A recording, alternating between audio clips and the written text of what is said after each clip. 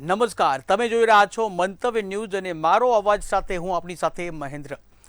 તો ગુજરાત પોલીસની કાર્ય પદ્ધતિને લઈને રાજ્યના ડીજીપી દ્વારા એક અત્યંત મહત્વપૂર્ણ અને કડક આદેશ જાહેર કરવામાં આવ્યો છે. હવે રાજ્યમાં કોઈ પણ આરોપીનું જાહેરમાં સરઘસ કાઢી શકાશે નહીં. ઘણીવાર જોવા મળતું હોય છે કે પોલીસ આરોપીઓનું જાહેરમાં સરઘસ કાઢતી હોય છે, પરંતુ હવે આવા વર્તન સામે લાલાક કરવામાં આવી છે.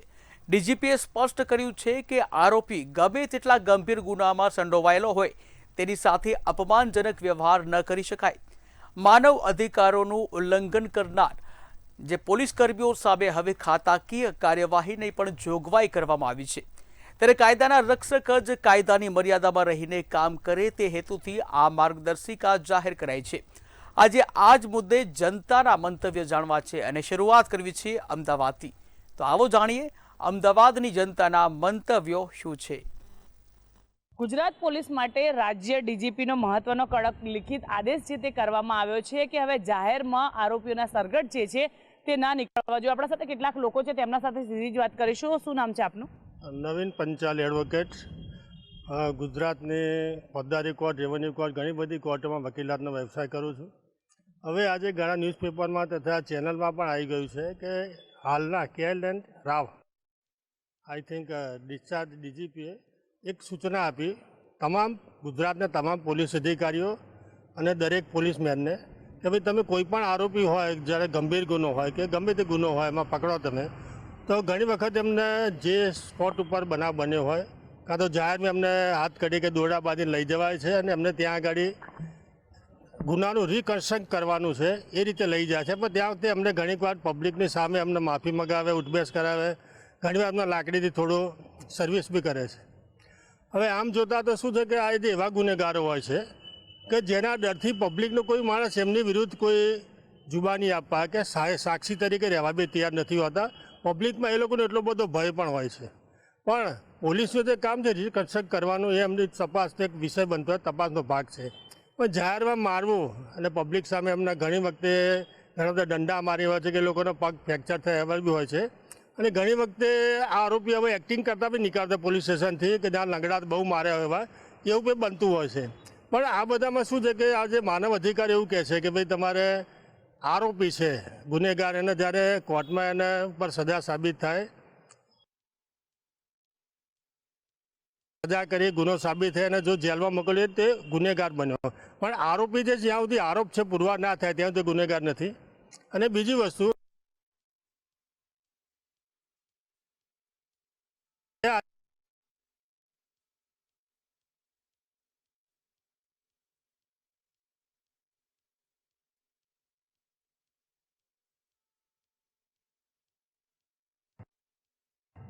દેશમાં, ગુજરાતમાં કે અમદાવાદમાં રોજબરોજ તમે જોતા રખડતા કૂતરા કેટલા બધા હોય છે. હવે એ કૂતરાઓને જે તમને એટલા બધા કરડતા હોય છે પણ એના માટે કોઈ વ્યવસ્થા જ નથી. જ્યારે પહેલાં તો એવું હતું વર્ષો પહેલાં કે કૂતરા પકડવાની ગાડી આવતી હતી, અમને બહાર લઈ જતી હતી. હવે કશું જ નથી. એટલે આજે પબ્લિકને ભગવાન ભરોસે છોડી દેવાય છે. એટલે આવા જે કૂતરાના એવો જ દાખલો જેવા વરુ જેવા ગુનેગારો છે એમને જ આજે પોલીસનો કાયદાનો ડર નથી હોતો. એટલે કદાચ પોલીસ છે એના માટે બી કદાચ રિકન્સ્ટ્રક્ટ કરતી વખતે કદાચ એમને થોડું ઘણું આમ સર્વિસ કરતા હોય છે. પણ હવેથી ડીજીપી સાહેબના જે આદેશ બાદ પોલીસને આ રિકન્સ્ટ્રક્ટ કરવું જ કરી શકે, પણ જાહેરમાં એમને મારવો નહીં કે એ બધું એમને સૂચના આપી છે. અને જેનો કડક અમલ દરેક પોલીસમેને કરવાનો હોય. જો કદાચ કોઈક વખત એવું થાય કે કોન્સ્ટેબલ મારે તો ઉપલા અધિકારી કે મને ખ્યાલ નહોતો, એ પણ એની જવાબદાર બને છે. કેમ કે એની નીચે દરેક અધિકારીને લોકો જ્યારે રોલ કોલ કરે ત્યારે દરેક સૂચનાઓ આપતા હોય છે. એટલે આવી દરેક સૂચનાઓ કોઈ પણ પીઆઈ, એસપી કે પીએસઆઈ અને નીચેના દરેક કર્મચારીને આપવાની રહે છે. એટલે આ રીતે પબ્લિકમાં મારવાનું તો હવે પોલીસે બંધ કરવું પડશે.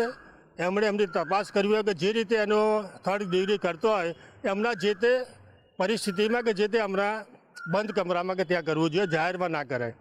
જે ચોક્કસપણે કહી શકાય કે લોકોની જે અપીલ જે છે એક જ કરી રહ્યા છે કે આ જે આરોપીઓ જે છે તેમને રોડ વચ્ચે ન મારવા જોઈએ. આપણા સાથે કેટલાક લોકો છે, તેમના સાથે જ વાત કરીશું. શું નામ છે આપનું? વિષ્ણુભાઈ પટેલ એડવોકેટ. હવે આ જે ટોપિક છે ખરેખર ગંભીર પ્રકારનો છે અને હાઈકોર્ટે આની નોંધ લીધી છે. અને હાઈકોર્ટના આદેશ પ્રમાણે ડીઆઈજીએ આ જે પરિપત્ર બહાર પાડ્યો છે એનું કડક રીતે અમલ કરવો પડશે એમને. અને આ રીતે જે મારે છે એ જાહેરમાં જરૂરી નથી કે જાહેરમાં મારવું જોઈએ. એ આરોપી હજી બન્યો નથી હોતો એટલા માટે એ આરોપી જ્યારે બને પછી જો આવું કંઈ કરે તો બરોબર છે, પણ એ પહેલાં એ ના કરી શકે. એટલા માટે હાઈકોર્ટે કડક વલણ ધરાવ્યું છે અને એનું પાલન પોલીસે કરવું જ પડશે.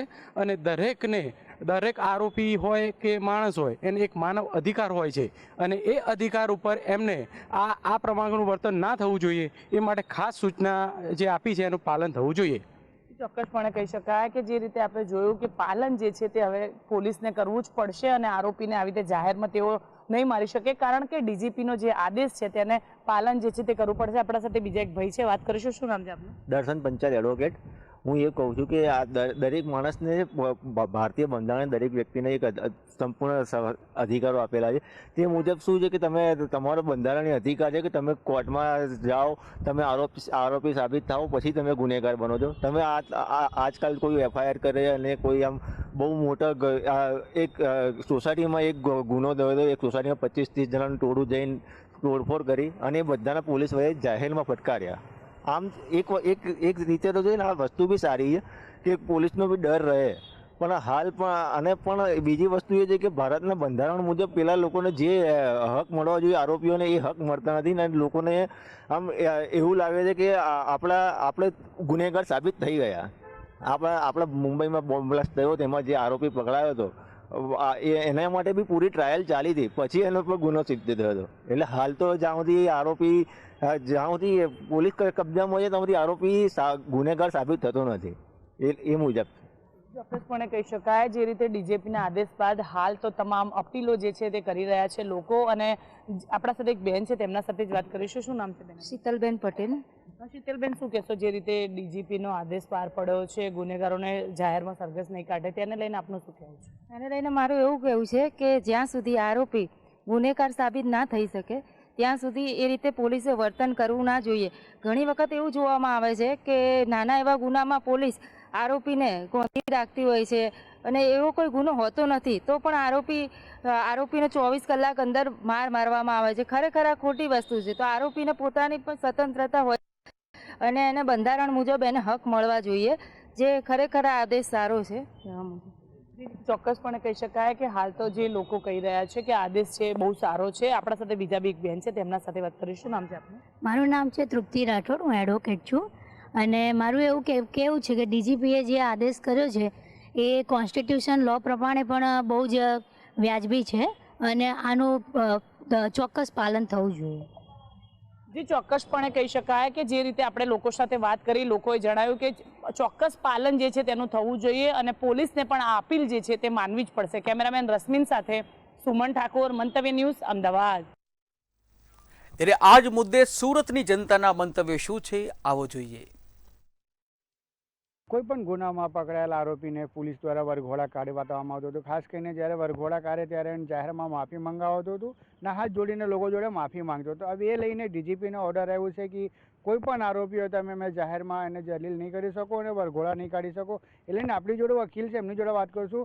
આપનું શું નામ છે ને જે હિસાબે આ ડીજીપીની આવેદન એટલે એને રજૂઆત કર્યા છે કે તમે કોઈ પણ આરોપીને વરઘોડા નહીં કાઢી શકો, શું કહેશો આમાં? મારું નામ એડવોકેટ જયેશ એલારામાની છે. કાલે રાવ સાહેબે એક નોટિફિકેશન બહાર કાઢ્યું હતું જેમાં તેમણે એવું જણાવ્યું હતું કે ભાઈ જે બી આરોપી છે એમના માનવ અધિકારોનું રક્ષણ થાય તે માટે એમને નોટિફિકેશનમાં જણાવ્યું હતું કે નામદાર ગુજરાત હાઈકોર્ટ અને નામદાર સુપ્રીમ કોર્ટે જે ડિરેક્શન્સ આપેલા છે એનું ચુસ્તપણે પાલન થાય. તે સિવાય તેમણે એવું પણ જણાવ્યું કે કોઈ પણ આરોપીનું અપમાન ના થાય, તેમની સાથે કોઈ પણ મિસબિહેવિયર ના થાય અને જાહેરમાં તેમની પાસેથી કોઈ માફી ના માંગવામાં આવે, દોરડા બાંધવામાં ના આવે કે એમને હથકડીને બધું નહીં લગાવવામાં આવે. તે બાબતે ચુસ્ત એમના ડિરેક્શન્સ મૂક્યા છે અને એ બાબતે હવે જોઈએ કે શું હવે આવતા પરિણામમાં થાય છે, કારણ કે આ વસ્તુ બહુ સારી છે, બહુ સરાહનીય છે અને વેલકમિંગ છે.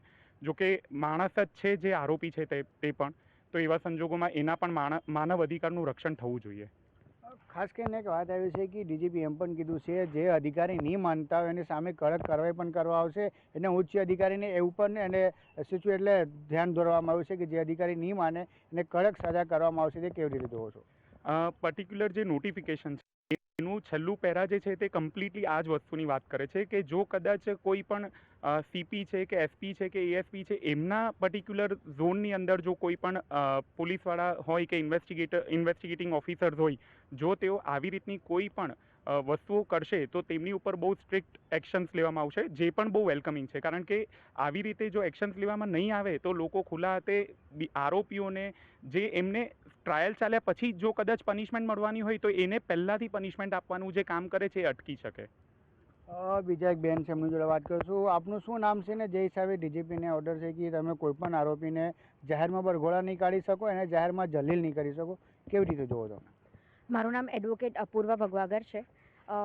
જે રીતેનું જે હમણાં નોટિફિકેશન આવ્યું છે તે હકીકતમાં એકદમ પરફેક્ટ છે, પણ તમે સામાન્ય રીતે જોવો તો જ્યારે પણ જાહેરમાં ખોટું થતું હોય એની માટે આ આઈપીસી હતું ને પછી બીએનએસ આવ્યું. તો જાહેરમાં જ્યારે ખોટું થાય અને એનું શું કરવું એ પોલીસથી લઈને જ્યુડિશરીથી લઈને એડવોકેટથી લઈને જે રીતના જે પ્રોસિજર્સ છે તે ઓલરેડી કાયદામાં લખેલા જ છે. અને આ જે પોલીસ કરતી હતી એ થોડું કાયદાની બહાર જઈને કરતી હતી, જે એકચ્યુઅલી ખોટું હતું.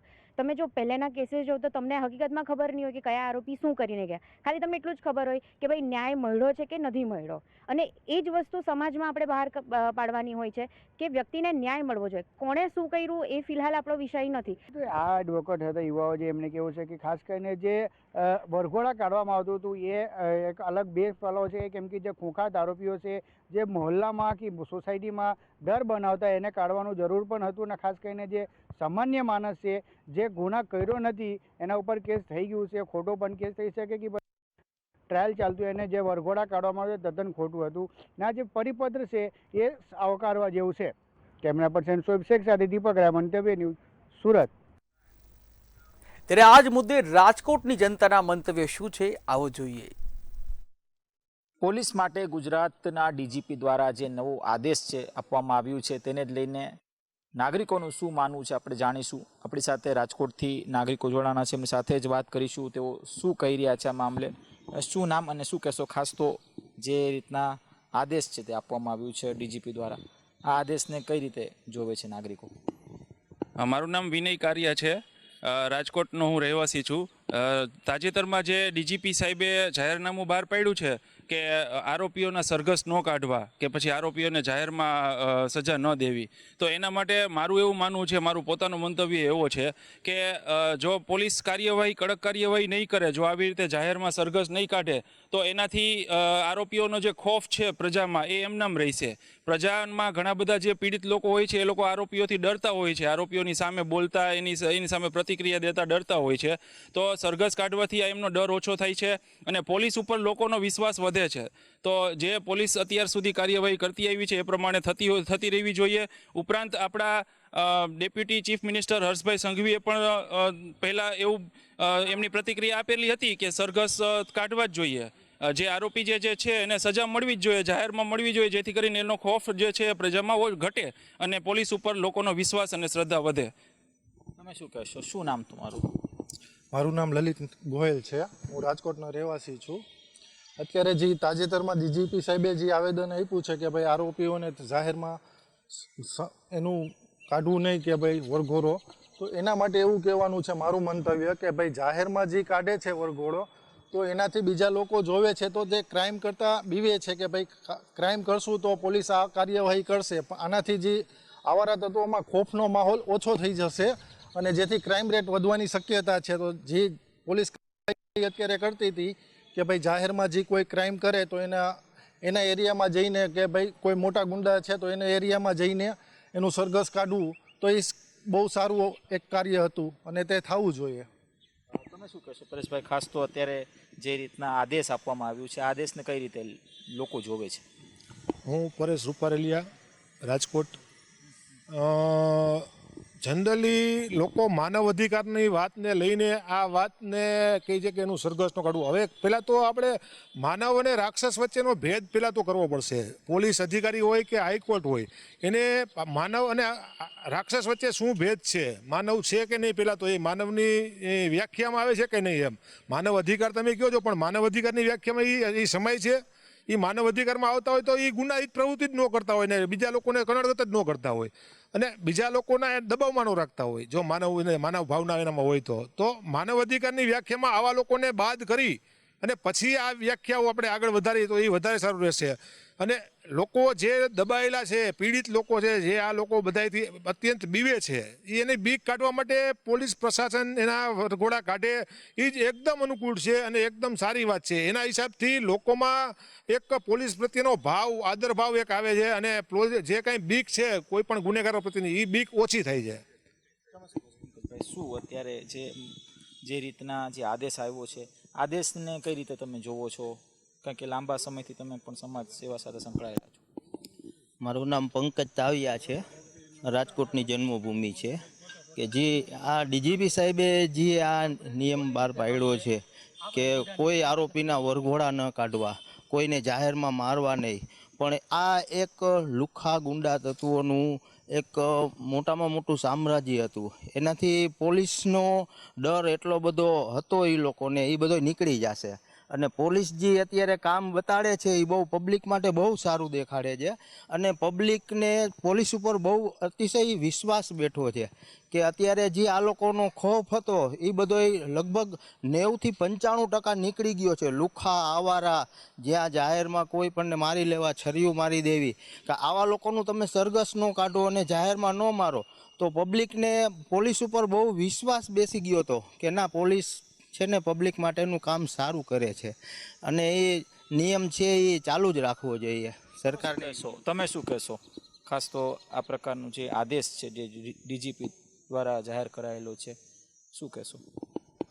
જે ડીજીપી સાહેબે જે આ કાયદો બહાર કાઢ્યો છે એ કૃત્ય જધન્ય છે, ખોટી રીતે. આમાં જે નાગરિકો અત્યારે જે રીતે એમ કે બુટલેગરો હોય, જે કોઈ મારામારી કરતા હોય, લુખ્ખા તત્વો હોય, અત્યારે એ લોકોના માનમાવીના કે કાયદો સરઘસ નહીં કાઢવાનું, કાઢી મેકવામાં આવે, તો આમાંથી જે લોકો ગુનેગાર છે એ લોકોને સાવ ડર નીકળી જશે. અમારું તો કહેવાનું છે જે કાયદો છે, જે હર્ષસંઘવી સાહેબે જે કાયદો રાખ્યો છે એ જરૂરી છે બહુ પબ્લિક માટે, કે આમાં પોલીસનો ખોફ હોવો જોઈએ ગુંડા તત્વો માટે. આમાં લુખ્ખા તત્વો ઘણાય લાભ લઈ જશે. જો આ કાયદો નહીં થવા દઈએ, આ કાઢી નાખશે કાયદો, તો આમાં ઘણા લોકો લુખ્ખા તત્વો પબ્લિક ઉપર અત્યાચાર જરૂર કરશે. તે માટે આ કાયદો બહુ જરૂરી છે અને આ કાયદો વ્યવસ્થામાં જે હર્ષસંઘવી સાહેબે કીધો છે એ રહેવો જ જોઈએ, અમારું કહેવાનું એમ છે. આ હતા આપણી સાથે રાજકોટના નાગરિકો, જેઓ જણાવી રહ્યા છે કે જે પ્રકારનો જે આદેશ ડીજીપી દ્વારા કરવામાં આવ્યો છે તે ચોક્કસપણે કહી શકાય કે તેનાથી પોલીસ માટેનું જે લોકોને જે ભાવ છે તે ઓછો થશે. એટલે કે પોલીસ માટે જે શ્રદ્ધા લોકોને હોય તે ક્યાંક ને ક્યાંક ઓછો થશે. આ પ્રકારની પ્રતિક્રિયાઓ હાલ રાજકોટના નાગરિકો આપી રહ્યા છે. કેમેરા પર્સન લલિત વ્યાસ સાથે ધ્રુવ કુંડેલ, રાજકોટ. ત્યારે આ જ મુદ્દે વડોદરાની જનતાના મંતવ્ય શું છે, આવો જોઈએ. આરોપીઓનું જાહેર સરઘસ નહીં કાઢવા ડીજીપીએ આદેશ કર્યો છે. આરોપીઓનું જાહેર સરઘસ નહીં કાઢવા ડીજીપીના કડક આદેશ ની સામે આરોપીઓ સાથે અપમાનજનક વર્તન કરનાર સામે કાર્યવાહી થશે તેવી રીતે પણ વાત જણાવવામાં આવી છે. માનવ અધિકાર જળવાઈ રહે તે માટે સૂચના અપાઈ છે. મેજિસ્ટ્રેટ સમક્ષ રજૂઆત વખતે સાવચેતી રાખવા પોલીસને નિર્દેશ આપવામાં આવ્યો છે. આરોપીઓને જાહેરમાં રોષ અને ટોળાથી સુરક્ષા આપવાનો પણ આદેશ આપવામાં આવ્યો છે. આ જ મુદ્દાને લઈને તમામ મહાનુભાવો વિશેષ ઉપસ્થિત છે, સામાજિક કાર્યકર છે અને સમાજના જાગૃત નાગરિક છે. આપણે તેમને જ પૂછીશું શું કહેવા માંગશો આવા પ્રકારનો ડીજીપીએ આ નિર્ણય લીધેલો છે. જી ચોક્કસથી મંતવ્ય ન્યૂઝના માધ્યમથી હું જણાવવા માંગીશ. તો સૌપ્રથમ તો માનનીય ડીજીપી ગુજરાત સરકારના એમનો ખૂબ ખૂબ આભાર કે આ બાબતના કડક નિર્દેશો, દિશા નિર્દેશો જાહેર કર્યા. એ એટલા માટે જરૂરી છે કે અત્યારે વર્તમાન પરિસ્થિતિની અંદર અત્યારે બે પ્રકારનું પોલીસનું ઇન્વેસ્ટિગેશનનો પાર્ટ પડી ગયો છે. એક આપણે પિક્ચરોમાં જોઈએ છીએ એ પ્રમાણેનું રીલ ઇન્વેસ્ટિગેશન અને એક રિયલ ઇન્વેસ્ટિગેશન. તો જો ખરેખર આ બધા જે રીલના ઇન્ટેન્સ પબ્લિકનો જે ગુસ્સો છે ફક્ત એને શાંત કરવાનું એટલું જ પોલીસની જવાબદારી નથી. થરલ ઇન્વેસ્ટિગેશન થાય અને પ્રોપર પુરાવા એકત્ર થાય તો જ આરોપીને સજા મળવાની છે. આ જગજાહેર વસ્તુ છે, કેમ કે કોર્ટની અંદર ક્યારેય એના પર નથી ચાલતું. કોર્ટ ફક્ત પુરાવાને પ્રાધાન્ય આપે છે અને પોલીસનું જે વર્ગ છે એ પુરાવા એકત્ર કરવાનું છે અને આરોપીને વધુમાં વધુ સજા થાય એ બાબતનું કામ પોલીસનું છે. પણ just because of sum political influence અને પબ્લિકનું ઇન્ફ્લુઅન્સ કે ભાઈ આવું કરશો તો લોકોની સિમ્પથી મળશે, ગમશે અને એક સિંઘમ જેવું એક છાપ ઊભી થશે, પરંતુ આ બધું થોડી ક્ષણ માટે સારું લાગતું હોય છે.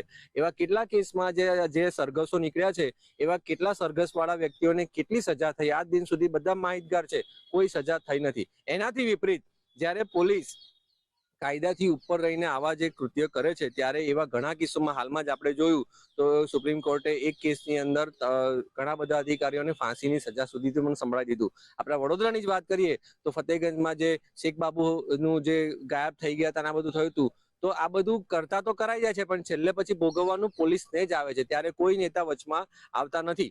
એટલા માટે જ હું તો ડીજીપી સાહેબનો આભાર વ્યક્ત કરીશ કે એમને પોતાના ડિપાર્ટમેન્ટની સલામતી વિચારી, કેમ કે આ બધું કરવાથી અલ્ટિમેટલી ભોગવવાનું તો છેલ્લે પોલીસે જ આવે, કેમ કે સારું થાય તો બી પોલીસ અને ખરાબ થાય તો બી પોલીસ. એટલે હું તમામ પોલીસ મિત્રોને વિનંતી કરીશ કે કાયદામાં જે પ્રાવધાન છે એ પ્રમાણે જ વર્તન થાય તો એ ગુજરાતના હિતમાં રહેશે. અને સાથે સાથે એક વાત ચોક્કસ કહેવા માંગીશ કે રિકન્સ્ટ્રક્શન એ શેના માટે છે?